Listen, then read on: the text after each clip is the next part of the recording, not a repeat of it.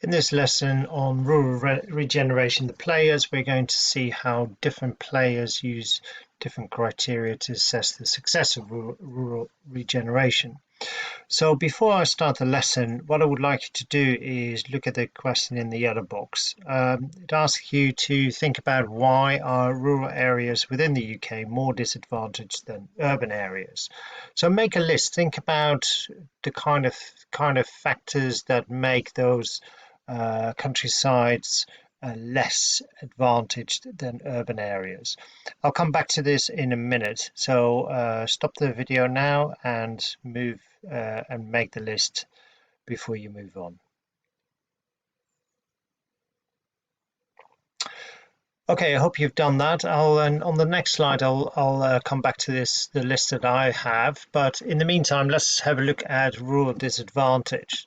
So regeneration in rural areas is much more challenging than in urban areas. There are so many difficulties that the rural economy faces. For example, average weekly earnings tend to be much lower. Now, the choropleth map on the right hand side gives you a good overview of those average weekly earnings across Great Britain. So you can see that sort of the coloring is not great, I think, but you can sort of see areas, sort of countryside areas here in the Northumberland, but also in Wales and Cornwall and Devon, and closer to home, obviously here around London, around cities, the average earnings tend to be higher. Now, if you think about it, I mean, the lower population density in rural areas means that a lot of businesses may not get enough customers actually to sell their products, to make a profit. So if someone thinks about investing somewhere to get enough customers, they tend to think about urban areas rather than rural areas. So therefore, with a lack of investment, there's also a lack of opportunity in rural areas, and therefore limited employment opportunities, but especially high income employment. So going back to the list, this is what I had.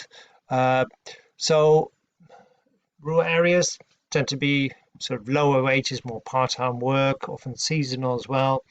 What I just mentioned, lower population density, so harder for businesses to make a profit there. Lack of investment, but also things like brain drain of the most well-qualified workers, or young people that are going through their secondary education, no jobs around, so they will move elsewhere. Quite often there's an issue about poor connections and infrastructure as well. Okay, in this lesson, most of what we're doing is looking at Cornwall as an example, and obviously you want to sort of be able to talk about rural disadvantage in general terms, but also use Cornwall as an example. So in 2011, Cornwall had England's lowest full-time average earnings. So the average earnings was only just over £25,000, which is 77% of the UK average. You can also see the colouring here is quite, obviously is the lowest here, the lowest, the lightest colour there. However, you can say, well, this is based on full-time average earnings. Now, there are lots of people in Cornwall that are not in full-time employment. They are part-time employed, and that's their full income. So if you take that into consideration, which Cornwall Council did, the average income is more like 21,000 or just under £22,000. And that's because of the many part-time and seasonal workers. Also, around 20% of Cornwall's working age population earns less than the living wage. So the living wage is at the moment £8.72 an hour. In spite of that, and obviously the geographical disadvantages of being and that's something we looked at the last lesson, being quite far removed from the economic core of the country, the economy of Cornwall did actually quite well between the years 2000 and 2010. So up to 2005, the economy grew actually faster than the average in the UK and had the fastest growth rate of any EU region. Uh, a lot of that investment a lot of investment was actually received to increase employment and especially in tourism. Lots of that investment came from the public sector, in particular from the UK government and the EU. Since 2010, however, everything changed. Obviously, the financial crisis had quite an impact. Austerity and major cuts in public finances meant that a lot of funding sources were no longer available, and the private sector was now being relied on mainly to provide the investment required. Now, going back again to prior to 2010, I think 2010 is quite an important year in a sense because it sort of goes from the period before austerity and obviously after 2010 after austerity. So before austerity started, prior to 2010, there was a lot of public sector investment with grants from local national government, EU. For example, between 2000 and 2006, there was a funding model known as Objective 1. And that was really not only focusing on Cornwall, but more general to support incomes in rural areas. That was then replaced by convergence funding, the convergence program, making funds available from 2007 until 2013, and at the moment there's the growth program that starts in 2014 and actually is due to finish this year. Now, the main principle of Objective 1 and also its successors is something called match funding. So the process aims to reduce the risk for new businesses through matching the capital raised by individual businesses to really start their business, to prime their new businesses and reduce those initial costs. Now, that's important because a lot of new businesses fail in the first year. And obviously, you can imagine in rural areas, it's more risky because of the lack of customers potentially compared to urban areas. So going back to pump prime means to stimulate an activity in an economy by investment. The idea behind that match funding is that a high proportion of new businesses would survive and thrive in the long term. So it's really trying to reduce making sure that people take the risk as well. So to start a new business. So let's have a look at how this worked in practice. So any potential new business could approach funding bodies, local council, development agencies for funding. So let's have an example. This is a farm shop in mid Cornwall called Lobbs Farm Shop, and they managed to raise £320,000 to build that farm shop. This is how it worked. So the family owning the farm itself raised £20,000 towards their business plan. Obviously, a business plan was important to have, otherwise you can't get the funding. Then their bank lent them a further 20,000, so they had 40,000 available. Cornwall Council then matched the new amount, making £80,000. There shouldn't be a comma there, a bracket there, sorry.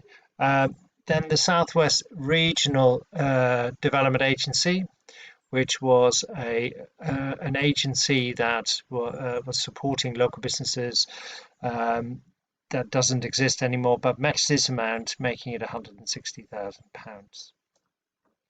Then the business received EU Objective 1 funding, matching that again, making the £320,000 needed for the business to start. So the family started with 20,000 and they ended up with £320,000. Is it a good investment?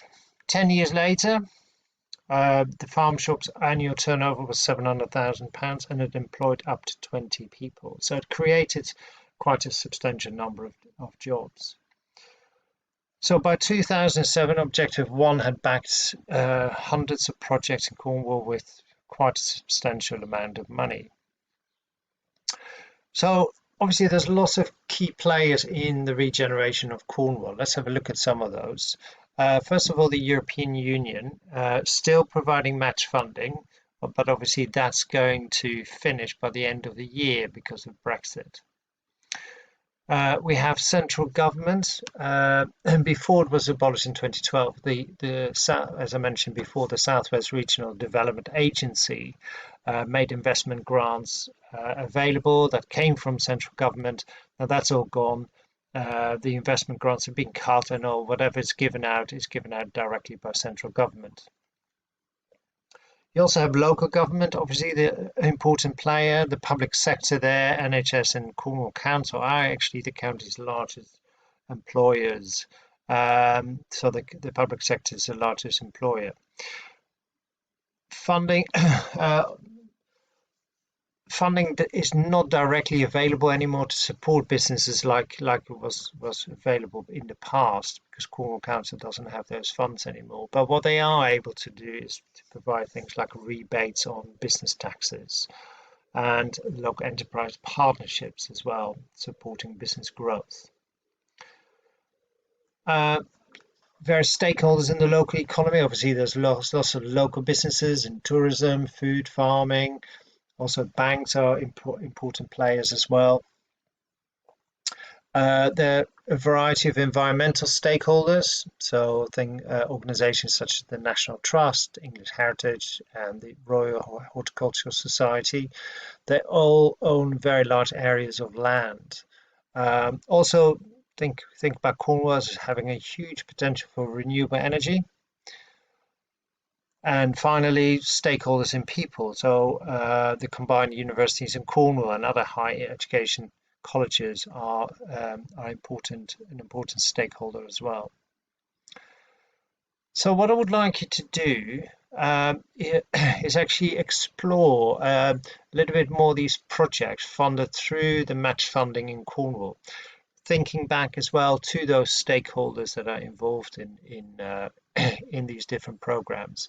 So the Objective 1 program ran from 2000 to 2006. That was then replaced by a Convergence program.